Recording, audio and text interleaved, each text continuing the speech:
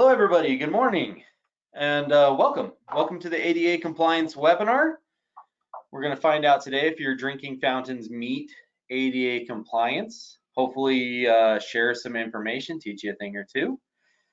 Again, thank you very much for attending. We greatly appreciate it.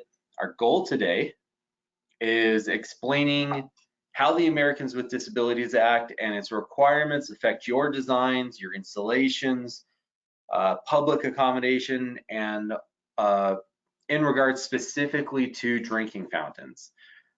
These standards obviously affect a lot more than just drinking fountains, but that's going to be our focus today. Keep in mind as I move through the presentation that the requirements that I'm about to cover apply to a lot more than just drinking fountains. Okay. As well as the fact that all of you have your own state, your local laws to adhere to. So ensure that those are ultimately taken into consideration. State and local standards must be stricter than what is currently in place at the federal level, which is what we're covering today, the federal standard for compliance. Okay. So with me is Hayden Delgado. He's our field marketing specialist, running things in the background. There's my face on the left. My name is Justin Dunn. I'm the senior field marketing specialist here at Haas. Hayden and I work very closely together, and we're very happy to be able to bring you another webinar. We try to spread awareness and education regarding the standards that most directly affect our the equipment that we make here at Haas, including drinking fountains and emergency eye wash equipment. Speaking of another type of equipment that the ADA affects is eye washes and safety showers. They all have to be ADA compliant where they need to be ADA compliant. So thank you, Hayden, for running everything in the background, making sure everything goes smoothly. You'll hear him here in a moment as we go over the poll questions and things like that. Be sure that you are posting questions throughout the presentation. If you have a question, feel free to ask it. Hop on the questions section of the control panel, post your questions. I'm going to go over as many as I can at the end of the webinar. We kind of cut it close with this one. The timing works out really well. So if I get too into the weeds, we won't make it, and I'll only get a couple of those questions done. But rest assured, I will answer all of them, put them in an Excel format, and send them out so that you can benefit from the questions and the answers that were asked during the webinar.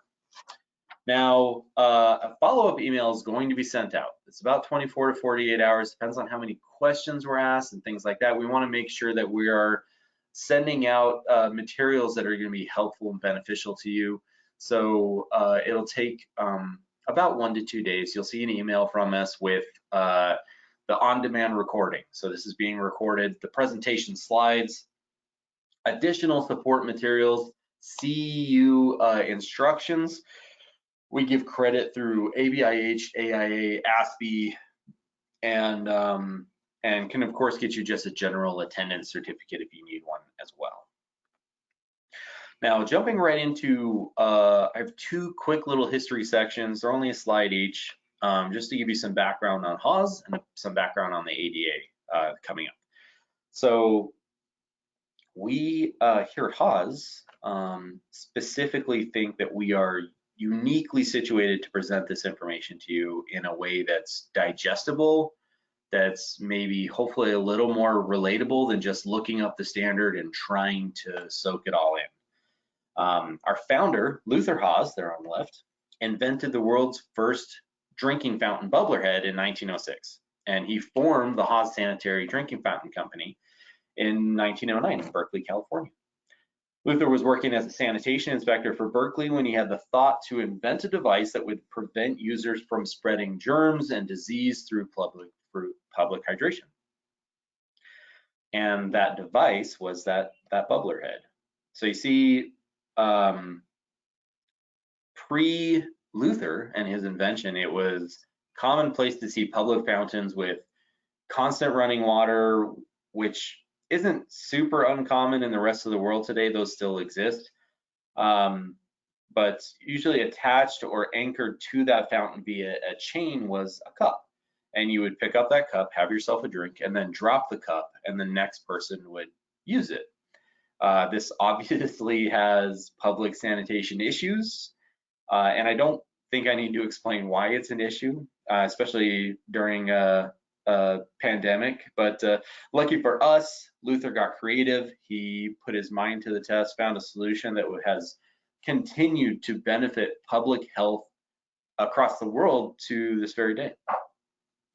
So today, Haas is located in Sparks, Nevada. We're about 112 years young, and we are still family owned and working hard to improve the health and safety of our global community. For today's agenda, we are going to do an overview of the ADA legislation. I'm going to show you some common ADA installation issues, ADA compliant drinking fountains and bottle filler installations, because you got to see how it's done right. And quick ADA FAQ, because the two specific questions get asked all the time. I always want to make sure to cover them. And then hygienic hydration solutions that Hayden's going to cover at the end of the webinar. So this right here, I like to flip-flop between this and another photo that I really like. They're two of my favorite photos. Back when I was first kind of learning about the ADA, and educating myself on its history and how it started and everything, this and another photo were two of the most impactful reminders of how it is that we got to where we're at. So first and foremost, it's important to remember that this is civil rights legislation. Prior to the standard and its inception, accessibility was up to the business. It was very infrequently available. There were no teeth in any requirements to provide access to buildings, grounds, for an entire class of people that were being very heavily neglected. But thanks to people like Justin Dart, who is founder of Dart Industries, which may not sound familiar off the top of your head, but you've very likely used some of the products that were his companies used, Duracell, Tupperware, and so on. He was one of the biggest advocates, you can see him there on the left, for the movement, and is often referred to as the grandfather of the ADA, as he himself was in fact disabled, as you can see. Alongside him, you have his fellow advocates, and then of course it was Mr. George H.W. Bush, who was the sitting president that signed the Americans with Disabilities Act into law on July 26, 1990. And this new act granted reasonable accommodations to people with disabilities, and it prohibited discrimination based on those disabilities. So it's a pretty cool story, very interesting read if you ever want to look into it. It's a pretty wild ride. It is amazing to think how difficult it was to get to where we are at today. So that is going to lead us into poll question number one. And just before, just to let you know, we really greatly appreciate your participation in these. It just helps Hayden and I to continue to improve this product for you. Thank you, Justin. Our first poll question is, what are you looking to obtain from this webinar? The responses are basic ADA compliance guidance, product recommendations, COVID hygienic solutions and best practices, and CEU credits. You can select as many that apply to you as possible. Thank you all.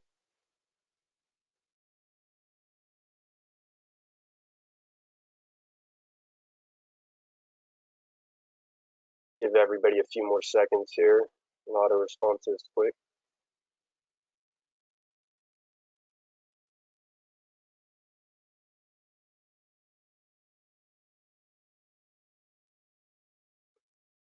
All right, thank you everyone. I'm going to go ahead and close out the poll.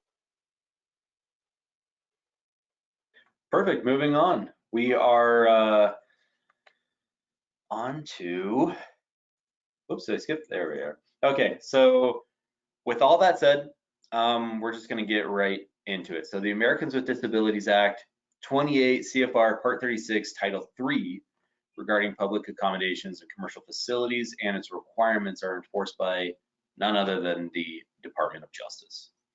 Title III is our focus today, and we're following, the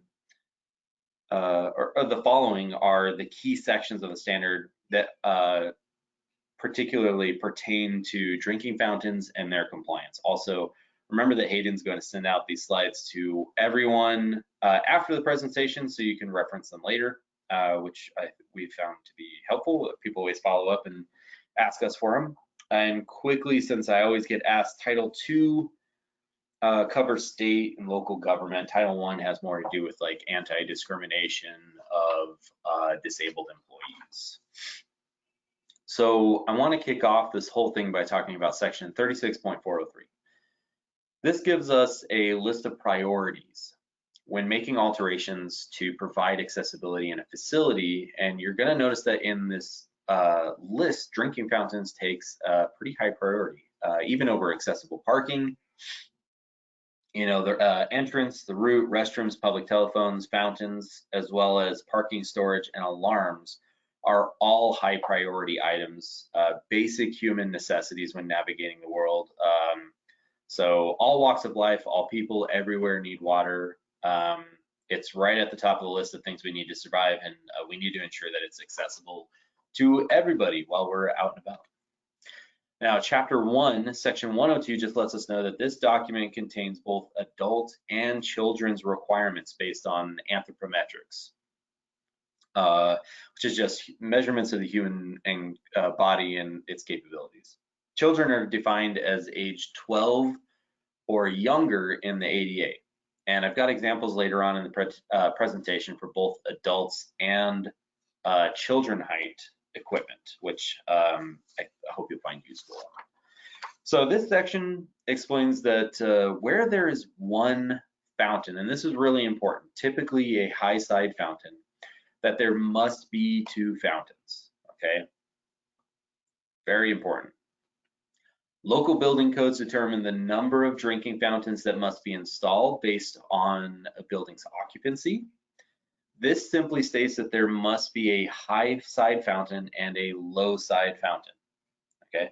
What most people don't understand is that the low side fountain is not the only one that's designed for people with disabilities. They both are. The high side fountain is also a disabled accessible fountain, and it's designed for those with bending and stooping disabilities that may be using a walker, a cane, crutches, and things of that sort. It may not be physically able to utilize a low side fountain because it requires you and your body to bend over and get to the fountain, and that's not easy for everybody. Other than aesthetics, drinking fountains aren't really designed for able-bodied people.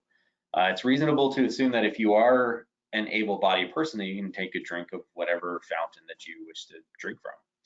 So if you're installing a single fountain in your facility or in a park, you have to satisfy this requirement and install a second fountain, okay? They don't even need to be next to each other. They can be separated or on either end of a hallway, but they both must be present in the facility.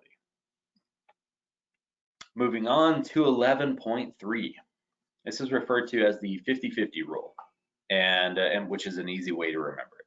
And all it states is that half of the units installed need to be high side fountains, okay?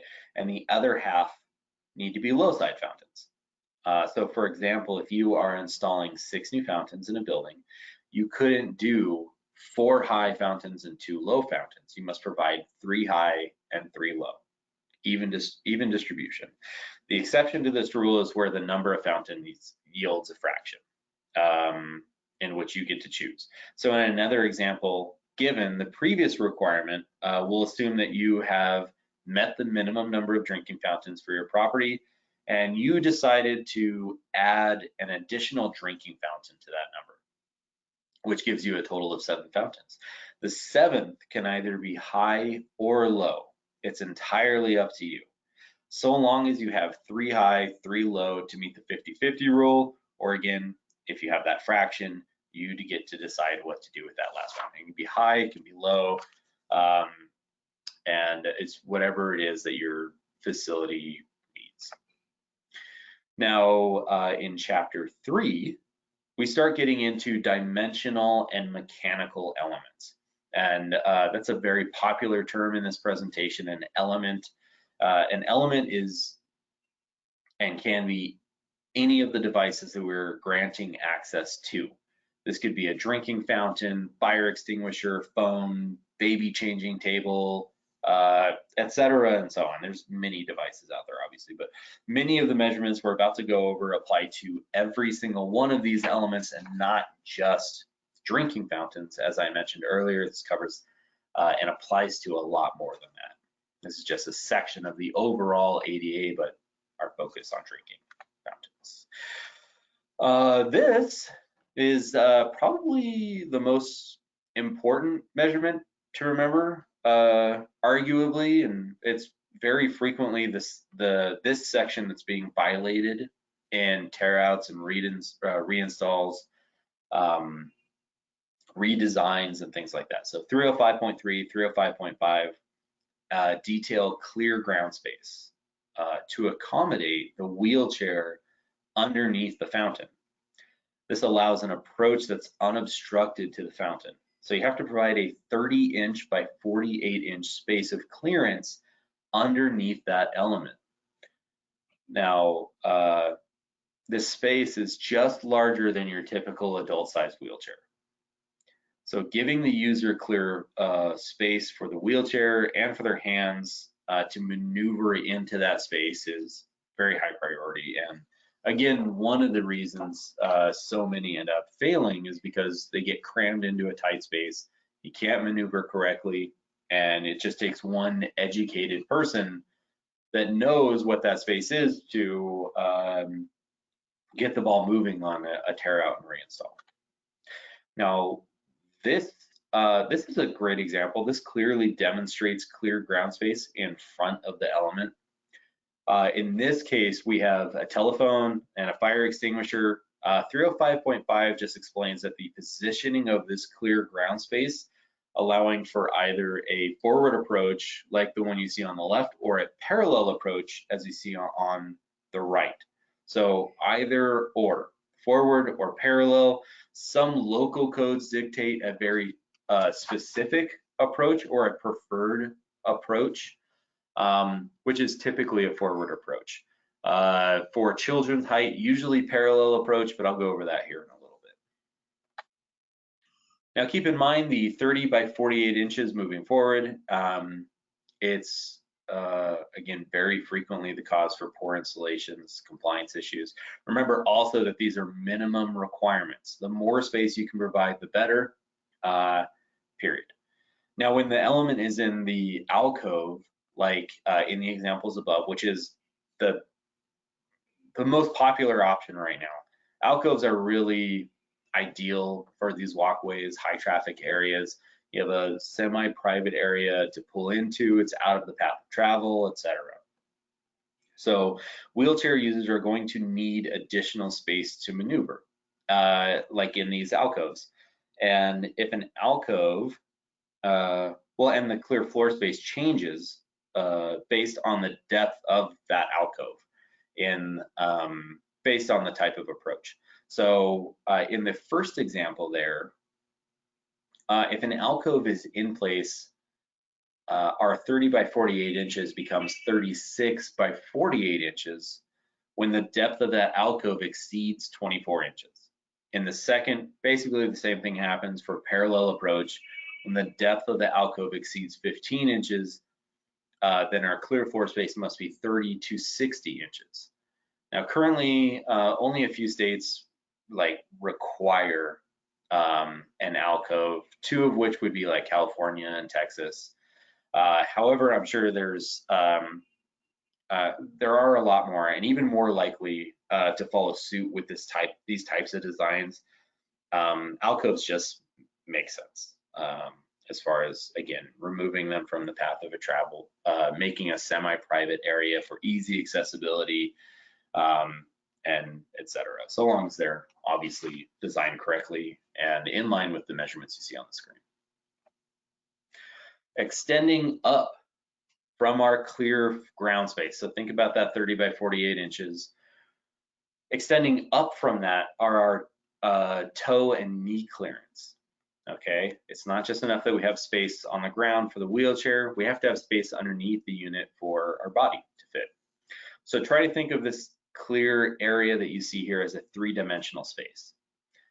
Just like in the illustration, our toe clearance is 9 inches from the ground to the bottom of the element, and our knee clearance is 27 inches from the ground up. Now, obstructions in this yellow highlighted area are another unfortunately common compliance issue. I've got some great examples coming up that we found out in the wild. The space underneath has to be clear and includes any space between the victim's knees as well. So, and I get that question all the time. And yes, it totally counts as an obstruction too. So think of like a P-trap, you know, like a drain, hanging phone books. That's a little dated, but still, those types of things hanging there, you cannot utilize that space. It's a little intrusive and makes it even more uncomfortable and difficult to use an element. And that brings us to poll question number 2. Hayden, if you would kick that off, please. Our second poll question today is, what, if any, changes in how you see people engage with fountains in the public since COVID? The responses are no change, drinking fountains are open and used frequently, no access to drinking fountains in public spaces still, bubblers deactivated but access to a bottle filling station, only bottle filling stations available, and touchless drinking fountains and or bottle fillers. You can select multiple choices for this poll question as well. That last one being ideal. I think here at Haas, we've seen everything from caution tape to duct tape to plastic bags and stuff like that. And, you know, the technology's out there, and Haas, I think we do a really good job here of providing those like options, touchless hydration. You don't even have to interact with the unit, get a drink, fill up your water bottle, etc. So it's just wild how many, you know, what's going on out there.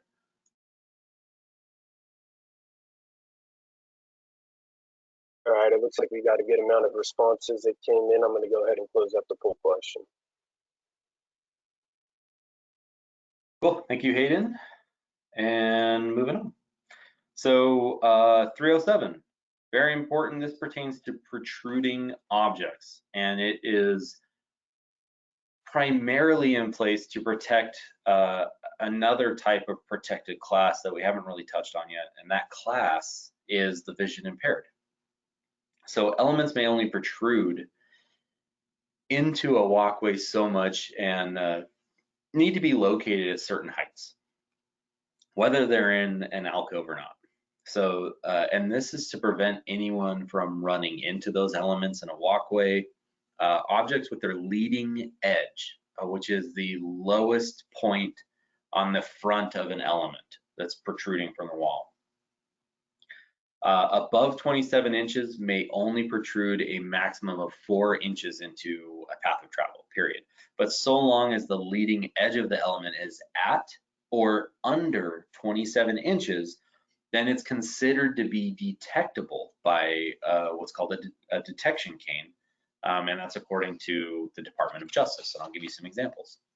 So I got my little Tom Cruise here in my illustration. This is one of my favorite illustrations because it breaks everything down really easily. I stole this straight from the standards website, and I like to take credit for it. On the bottom right, we see an object very similar to a drinking fountain. Okay, not exactly, but super close. And so long as this object's leading edge is at or below that 27-inch line that you see there, the dotted line, it can be detected through the use of a detection cane, and early enough to be avoided and prevent any potential injury or public embarrassment. You know, you don't want to be running into things in public. Now, this fountain I do that with the ability to use my eyes, and it's quite embarrassing. So we want to make spaces as easily navigatable as possible. I don't know if that's a word. So this same exact rule applies for elements at or above 80 inches from the floor. Okay, now this is considered headroom clearance. And similar to the previous example, it can extend any amount into the space. Okay, now if you're taller than 6'8", then you may have to detect those things with your forehead, because that's a little too short and you're a little too tall. But it's you're not really going to run into those types of things on a regular basis, or at least not as dramatic as the objects here in this example. But that's the bare minimum as far as the height goes to make them out of the path of travel. So on the very left-hand side, we have an object sitting above 27 inches and below 80 inches, squarely into that center space there. And as such, it is not detectable. Okay, it's above headroom clearance and can't be detected by a cane. So these objects may not protrude into the space any more than 4 inches maximum. There's only one exception for that, and it's when you're talking about a handrail. Handrails may allow or protrude into the space by 4.5 inches, which isn't a huge difference, but the way they're designed and stuff, handrails are much more effective at that depth, which is why there's an exception. Now I'm going to use our 1011 HPS, and you can see on the left-hand side the attached SK3 cane skirt for this next example. Okay, now this is a dual high-low unit, typically installed in high-traffic, customer-facing areas, mostly due to it's a pretty unit. I mean, it's mirror finished and stuff, but it's a great example of what your typical high-low ADA installation looks like. So the SK3 cane skirt is what we need to discuss here. So where drinking fountains can't be alcoved out of the path of travel, you have to use a cane skirt. So, and it's used to lower the leading edge of that high side fountain down to 27 inches to also make that side detectable.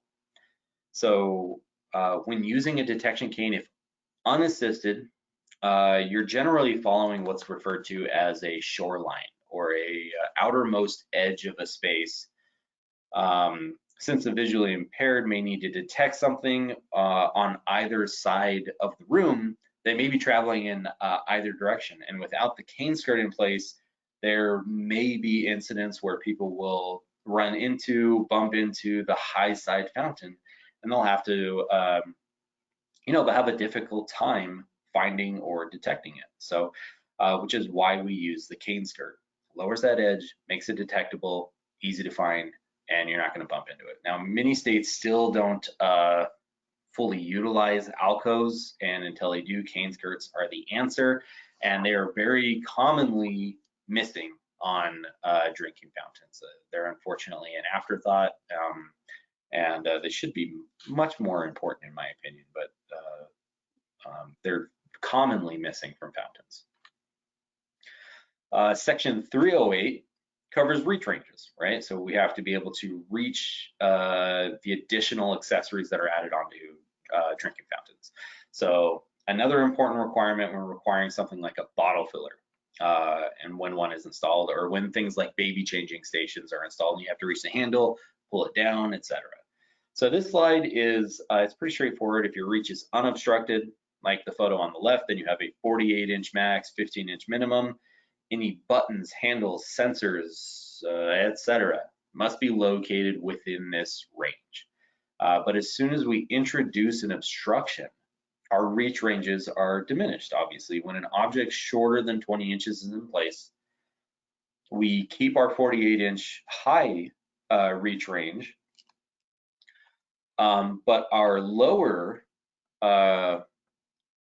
reach range disappears, right? Since we now have the fountain or another element in place, when reaching over an object that is 20 to 25 inches, our high reach range is shortened to only 44 inches. Now, generally speaking, drinking fountains are shorter than 20 inches, so the middle example will be what our reach ranges are going to be. So usually, remember, we want to make things as easy as possible to access and not create a challenge for our, fellow disabled Americans or anybody else. Now, the DOJ advisory defines reach ranges for children based on age. Remember, children are defined as ages 12 and under in the ADA. These are all reach ranges that apply to both forward and parallel approach to an element. Starting on the left side, ages 3 to 4 have a high-low reach range of 36 to 20 inches. 5 to 8 have 40 to 18 inches, and 9 to 12 have a 44 to 16 inch reach. Now, obviously, as they grow, which children do rapidly, their arm reach grows as well, extending their reach. So, and ages over 12 are expected to utilize adult height drinking fountains. Now, the only places you'll typically find these in use is the school system, daycare facilities, and similar types of facilities where many children are supervised by fewer adults. Now, in public, the expectation is that you're, as an adult, if you have children with and around you, that you are going to assist them in getting a drink in public, right? If you have your children in public, they need a drink, there's typically just adult height fountains around, and you will help them to get a drink. Now, in chapter 6, we get into the specifics regarding plumbing elements and their measurements, right? So first off, 602.2 covers clear floor space and the necessity to have that clear floor space centered on the unit. Okay, this is really important for your designs and for public accommodation. It's centered on the unit, not on the alcove or space that it's designed for. Now, I have some examples that I'll show you of installations that missed the mark on this coming up. This is for a forward approach, as a parallel approach must be set up a bit differently. Obviously, our toe and knee clearance must also be available. There is an exception included here for parallel approaches to children's height units. Knee and toe clearance begins to diminish pretty quickly as we lower fountains closer to the floor for children's use. So the use of a parallel approach is really important, especially considering that children's use wheelchairs are very frequently adult wheelchairs. If you didn't know, custom sized wheelchairs they can be expensive. And children, I've got 2, they grow too rapidly and can outgrow that equipment pretty quickly, and it gets expensive. So adult size wheelchairs. So a parallel, or hand-me-downs, whatever you can get your hands on, honestly. So a parallel approach helps to solve this issue, okay? Now, this is a great illustration showing that of the floor space and how they need to be centered on the elements themselves. As far as the fountain goes, since the clear floor space is intended for the wheelchair user, it's centered on the left low side fountain, okay? And since there's no real floor space defined in black and white in the standard for the high side unit, the floor space can spill over under the high side fountain as much as is needed. There's no clear floor space that's identified in the standard for that high side fountain, although we have an agreed upon number that I'll talk about later. So ideally, this fountain it's situated outside of the clear floor space. Many make the mistake of centering the clear floor space on the alcove, like right in the middle, which leads to tear outs and redesigns, because that doesn't give you proper access to that low side, and it doesn't take a lot, a big mistake to make something inaccessible or difficult to access, and we don't need to do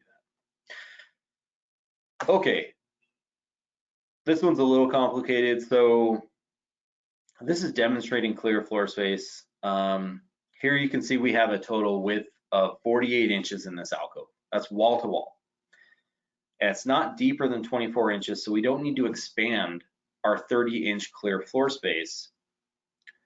You will, however, notice that it shows a separate measurement for California.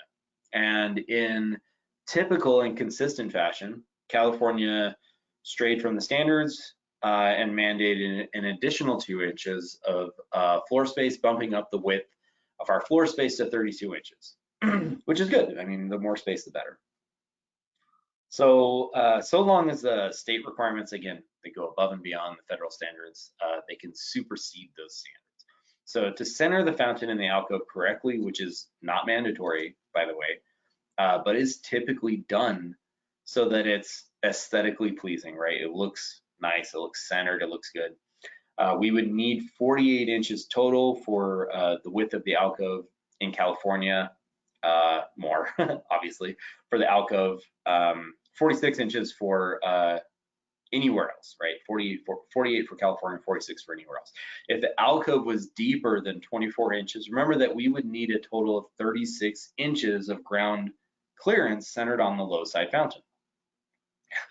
Now, center line to center line, these fountains, they're separated by 16 inches, which means we need an additional 18 inches of space on either side total to meet our 36-inch minimum, and for the fountain to be centered in that alcove, right? Otherwise, it's going to look wonky.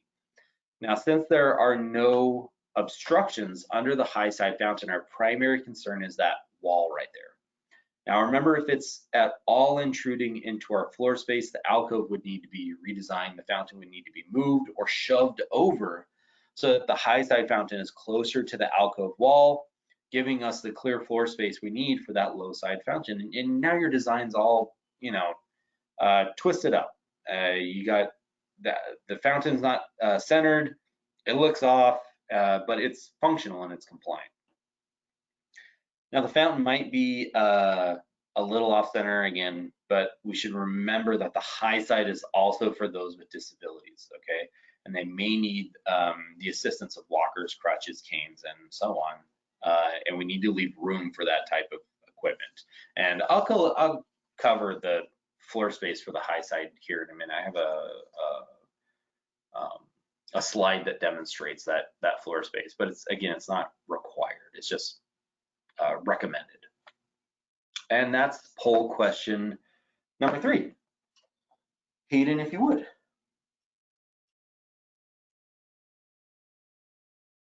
Poll question number 3 is, has your facility updated hydration options due to COVID? Again, you can select as many that apply to you as possible. The responses are no change. We've deactivated all drinking fountain bubblers. We've added touchless features to all fountains, and we've added bottle filling stations.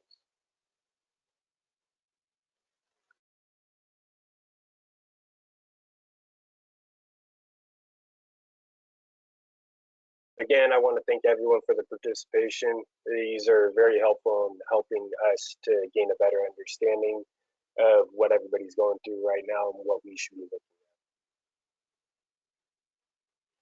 Give it a few more seconds here as answers are still rolling in.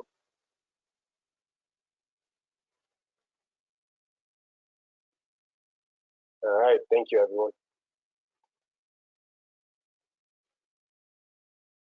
All right, moving on. So this is an excerpt from the California Building Code, the CBC. And what they've done, along with Texas and again a few other states, is they've made it mandatory to locate all drinking fountains in alcoves or within wing walls to ensure they don't impede into pedestrian walkways. These protected areas must be 32 inches wide, 18 inches deep at a minimum. Now, wing walls act like an alcove where an alcove can't be installed and has to be retrofitted. The wing walls must also project horizontally, at least as far as the drinking fountain. Okay. Now, while we're on the topic of Chapter 6, I should bring up that the flow of water must also be within compliance from the equipment. Okay.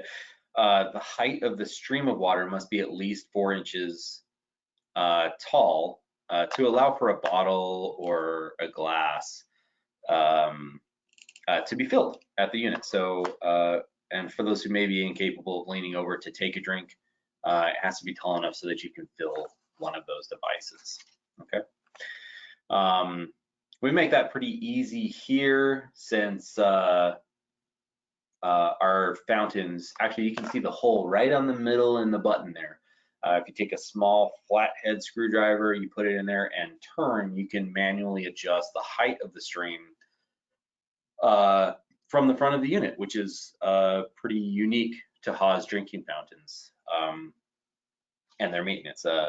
Other units can be rather difficult. You got quite the task ahead of you to adjust them. Now, this is an example that we found out in public. I'm sure some of you have discovered the issue here almost immediately. Low sides on the right, our toe and knee clearance is gone, right?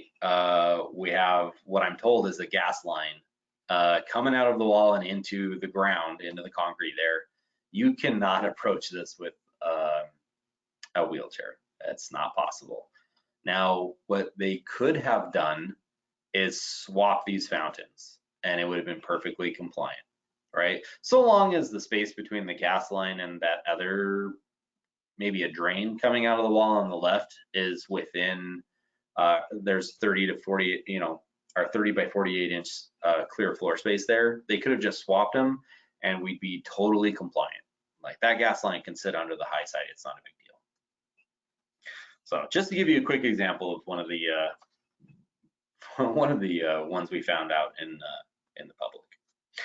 Now, to quickly touch on children's use, section 602.2 gives us the maximum bubbler height of 30 inches and a 3.5 inch maximum depth from the for the bubbler from the front edge of the fountain.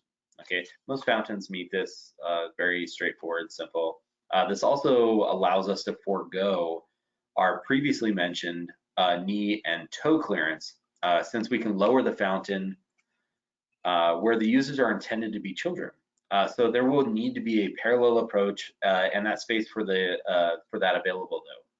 Many states have their own requirements for children's height and approach preference to be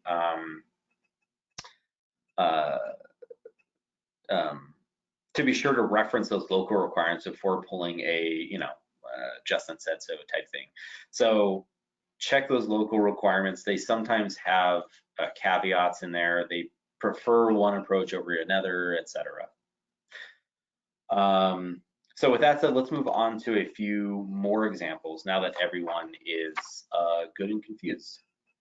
So lots wrong with this photo. If you're spotting it right off the bat, hats off to you, that's really good. Their intention here was to install a high-low fountain with a third child height fountain in like a nice cascading design that would have looked really nice, but it's all mixed up and backwards and terrible. Good looking fountains though. Good looking fountains though. Now, firstly, our clear floor space and knee clearance is being obstructed, okay, by what was intended to be the child height fountain on the left and what should have been the ADA fountain, since it has the longer arm, right? The shorter one in the middle is incorrect. Now, not only is the fountain way too short for our knees and toes to fit underneath, but a wheelchair is going to have trouble maneuvering to that fountain bubbler while your knees or your wheelchair are hitting the fountain on the left, okay? I'm going to show you how it should have been done because this could have been fixed. And I'll use our 1501 and our 1311 as for the examples for this, because they make for great examples. So these are, typical fountains you would find in like schools, hospitals, and things like that. Now here, this is basically the mirror image of the example I showed earlier, but compliant. Okay, 1311 high-low unit is installed on the left as the standing and a fountain with 22 inches space between the center line of the center fountain and the ADA fountain and the child height fountain on the right, giving us plenty of room for our clear floor space. I'll show you what that looks like here. So a little demonstration here. You have our 27 inches, 30 inches wide.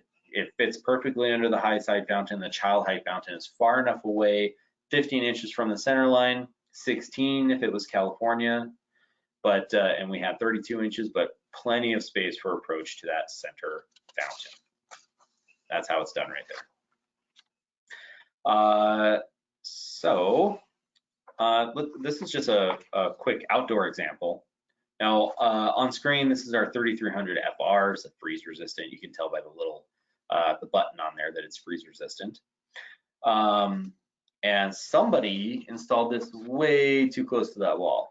Okay, you can see here that our floor space underneath the unit is obstructed.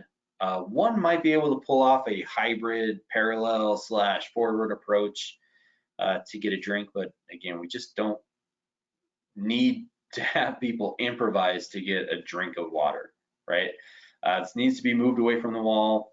If the field inspector or just other well-informed disabled person found this, I just mean a tear out, reinstall, and what used to be called a drive-by lawsuit. And rightfully so, it should have been installed correctly. Now here's another example for outdoor compliance. This fountain, for example, has an adjustable arm. So it can be adjusted for either adult height or child height.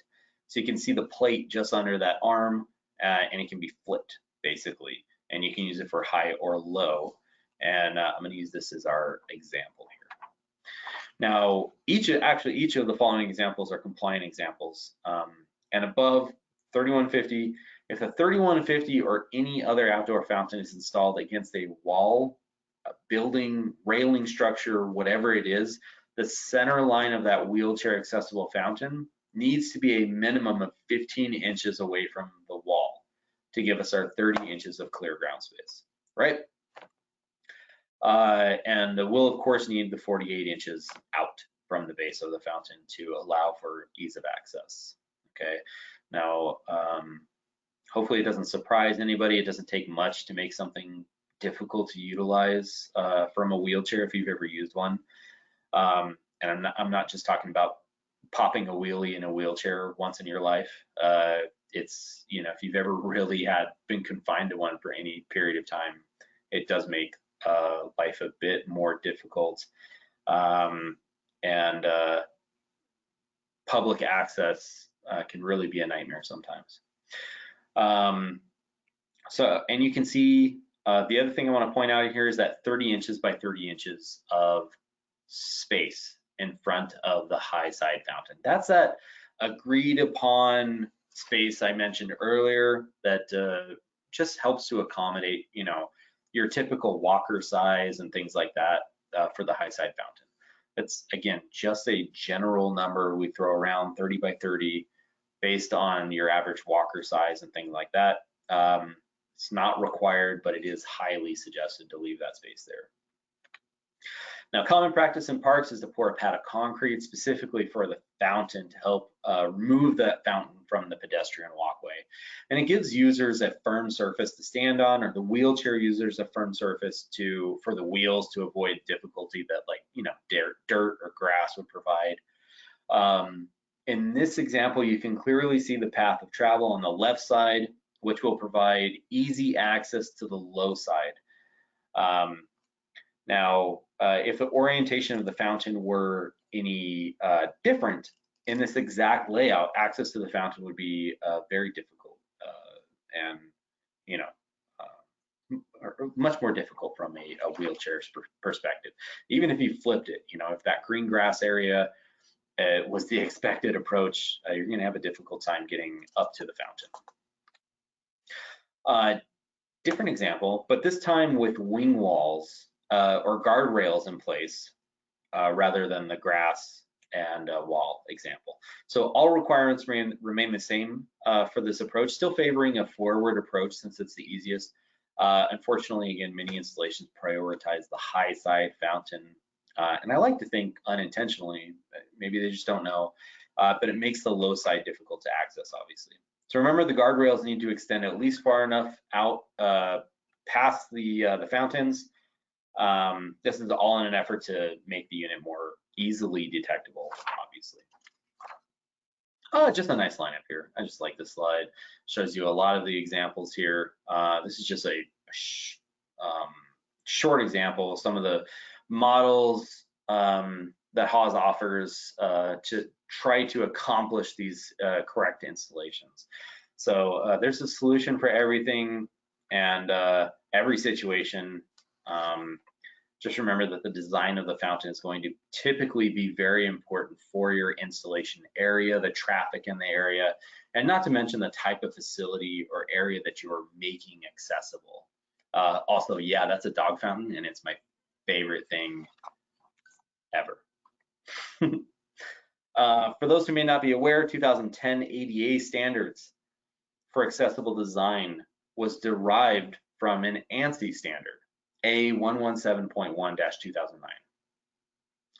Now, the updates that these standards last received included the addition of bottle filling stations, changes to those bottle filling stations and how they function in public, section 602, as you can see on the screen. Remember that this, in addition, a bottle filler does not replace a drinking fountain. Do not replace drinking fountains with bottle fillers. Bottle filler is an accessory. Okay, and if you have a minimum number of drinking fountains that is required of you, you can put bottle fillers anywhere and everywhere. They just need to be ADA accessible, right? The priority always goes to the bottle filler, and specifically putting the bottle filler on the low side fountain if you're gonna add one to a drinking fountain, okay? You cannot replace a drinking fountain with a bottle filler if that is a required fountain. So for the next examples, I'm going to use the 1920 bottle filler. These little devices are they're retrofittable. It's a small, nice looking, robust bottle filler that we throw on all kinds of units and examples. So I like to use these. These are an easy example. Now this is the 1117 LN HO2, and it's got the 1920 bottle filler of the low side fountain, accessible to everybody, well within reach ranges. All we need to ensure here is that the touchless button on the front of the unit there it's reachable, and the activator is either hand operated or automatic, okay? And just in case you're thinking, why would they specify operated, hand operated or automatic? Just to make sure you don't do something crazy like a foot operated bottle filler or something like that. Okay.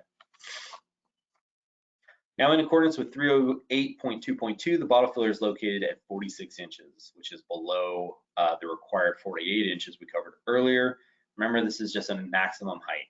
And since it's a maximum height, the activator can be located anywhere between the fountain and the bottle filler, just not below the fountain, right? It doesn't make any sense. Since we have an obstruction to our low reach range, that would be an issue. So if there was no fountain installed or no obstruction under the bottle filler, we could install the activator as low as 15 inches, technically, if we didn't have something in place based on our reach ranges, but that would also be really impractical. Remember, we need to get 48 inches reach here because of the installed fountain. It's not exceeding 20 inches from the wall. Most fountains are about 18 to 20 inches. So that our typical reach ranges are within that area. Just another common insulation model, 1501. This one mostly popular with schools, again, due to its white enamel surface, stays cooler in direct sunlight rather than stainless steel outdoors. But I like to use that as an example too. Here we have the single 1311 fountain, which could be easily used to accomplish our third child height fountain or as a standalone ADA fountain. And guess what? Or a high side fountain. It just all depends on your facility, what it needs, and what needs you are trying to accomplish. Again, if you already met your minimum number of drinking fountains, you want to throw a child height fountain on the wall with a bottle filler, perfectly acceptable. You want to retrofit a bottle filler, totally fine. Just make sure you're meeting that minimum number of fountains, the 50-50 rule, clear ground space, and so on. Now, speaking of child height, remember children are defined as ages 12 and under. So we're utilizing an age range 9 to 12 here. our reach range is at 44 inches for that. The bubbler head has to be a maximum of 30 inches, all in compliance here on the screen. So bottle fillers at 42 and 5/8. But that's what a compliant installation right there, as far as a children's reach in a specific range looks like. And this one's in our backyard. This one's here at the Reno Tahoe Airport. So if you've been holding on to, I like to end with this, that's all. We got the FAQ Q&A real quick and a quick message from Hayden coming up. I just want to remind everybody at this point that if you're holding on to questions, be sure to submit them now. If you hadn't already submitted them, I'll be sure to answer them or fill out the Excel and get back to you as quick as I can here, okay? So, and I like to end on this because it's a really good looking fountain. You got your high-low, ADA accessibility, your alcove, bottle fillers in place, everything is accessible and it looks good. And Hayden, if you would launch poll question number 4 real quick. So our second to last poll question is, what % of the time do you specify a bottle filler when specifying a drinking fountain? If this is not applicable to you, please do not respond to any of the answers below. Give everybody a few seconds to select the one that's correct for them.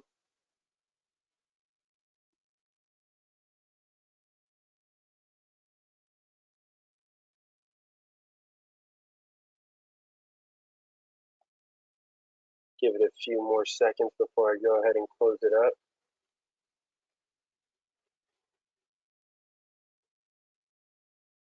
All right, thank you, everyone. All right, cool. And so moving quickly now, our just to cover the FAQ, it's always these 2 questions that get asked every single time. Just to cover them real quick, does everything have to be ADA accessible? No. Okay, just ask yourself if your building or business has places that are designed for a public accommodation, okay? This can mean a lot of different areas, retail, restaurants, parks, whatever. If the answer is yes, and it's meant for public accommodation, then you need to ensure that you have accessible routes and elements of the building are also accessible, okay? Just ask yourself whether it's intended to be accessible or not, okay? Number 2, are children height fixtures required by the ADA? Yeah, totally, and not just for fountains, okay? Think about the customer that is in question, whether if it's a daycare, is it a school, whatever. And mostly, if it's mostly children and they need to have accessible toilets, sinks, fountains, and all of those types of things, right?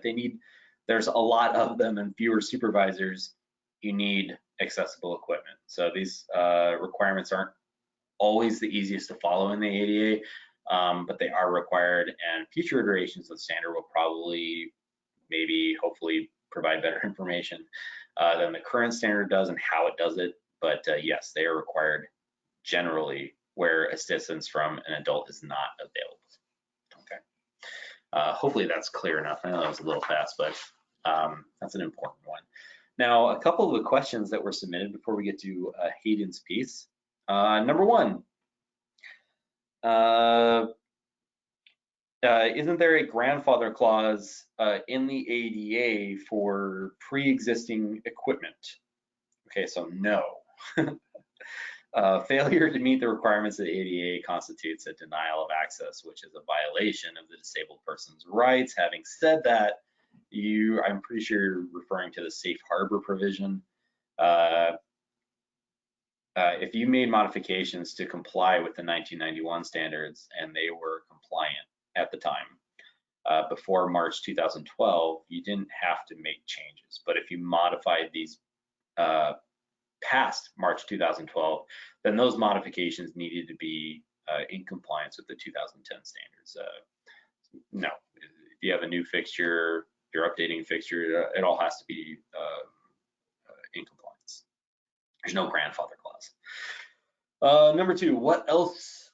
What else do these guidelines apply to? I have everything, tons of equipment. as I mentioned, fire extinguishers, fire alarms, doors. The ADA standards apply to a lot of different types of pieces of equipment. Okay, so keep that in mind. And then lastly, I'm just going to touch on this one real quick. If the building only requires one drinking fountain, am I required to put two? Yeah. The ADA overrides this. You have to have two drinking fountains, one high, one low. It's the 50-50 rule.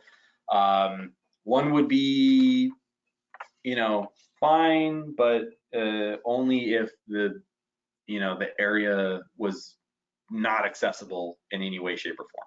That's the only way that would be fine. Or, you know, like a pulp and paper plant in the middle of the production area, you know, doesn't have to have an accessible drinking fountain, etc. Okay, and that's it. You know, we kind of ran low on time, so I'm going to finish the questions there. I'll send out the rest and a follow-up. Hayden is really quickly going to cover this, and then we'll say goodbye. Thank you, Justin. So with the constant change that we've all seen in the past year, we took initiative to provide new hygienic and accessible options for everyone. This includes our new touchless electric sensors and antimicrobial surfaces, and these are items that we're providing to help provide sanitary activation options to enhance hygienic hydration in all public places. And they can be added to new and existing units with easy to follow instructions for a quick installation process. And that's going to make the process just that much easier for you or whoever's installing these pieces.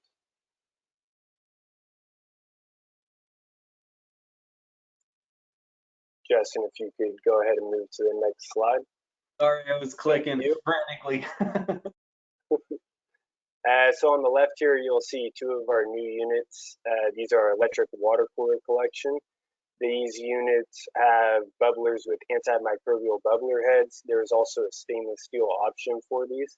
And they are ADA compliant and have smart features like a bottle save counter that everybody wants to see nowadays.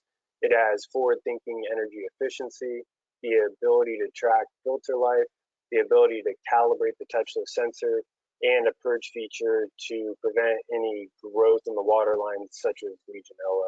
And it also has a display for error codes to simplify any troubleshooting that you're going to have. And we don't have those flashing red lights like other units out there, so the user isn't going to have that flashing light in their face, making them question whether or not to use the fountain.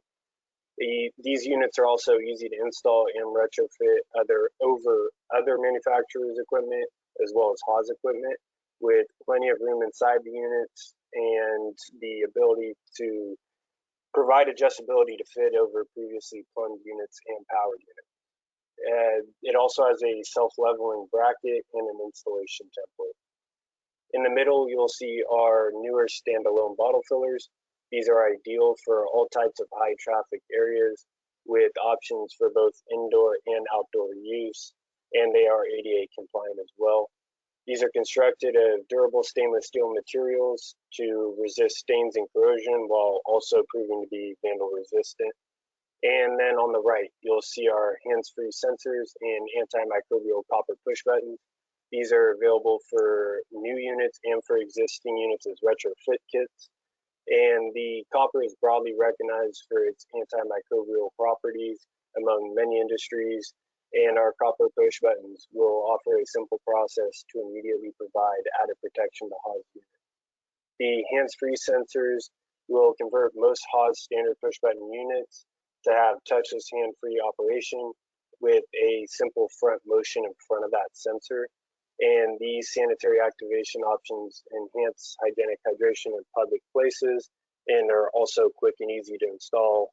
And we provide easy to follow instructions for these for in-field installation as well if you're looking to retrofit these.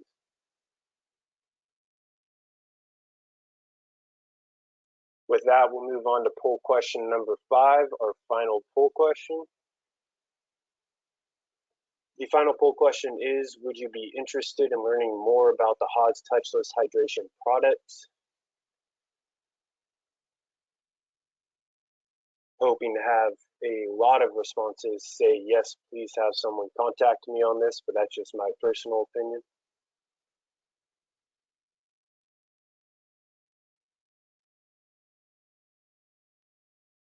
And again, because the third time is a charm, I want to thank everybody for participating in our poll questions today.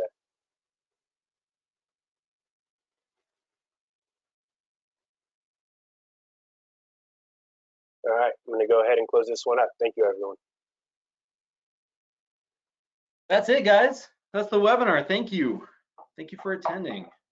Hayden and I, all of us at Haas, really, just want to thank you for your support, for continuing to be a part of this. Hope this was useful. Follow-up email will be sent out with the questions that were submitted and of course answered by yours truly personally and with love. Additional tools, CEU, credit instructions, all that stuff will be included. Please utilize the contact information on the page if you have questions, okay? We are more than happy to interact with you directly. If you have questions, reach out to us, utilize us as a company. Take what you've learned today, go forth, share this information, and be champions for compliance. Be sure also to utilize www.haasco.com. That's our website. It has a live chat function that goes straight to our customer service team. They are the best customer service team in the industry, I promise you. If you need anything at all, just reach out to us. Thank you. Enjoy the rest of your day, and thank you very much for attending. Have a good one.